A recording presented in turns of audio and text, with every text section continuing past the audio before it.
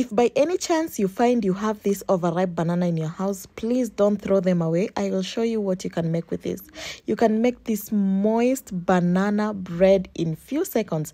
The first thing I'm going to do is to smear my baking tray with butter. Add 1.5 cup of all-purpose flour, 1 teaspoon of baking soda and baking powder. Then I'm going to mix this well, and then I'll put it aside. In another bowl, I'll add 1/2 cup of butter, then 2 cups of brown sugar. Then I'm going to mix this well. Add 2 eggs, mix this well.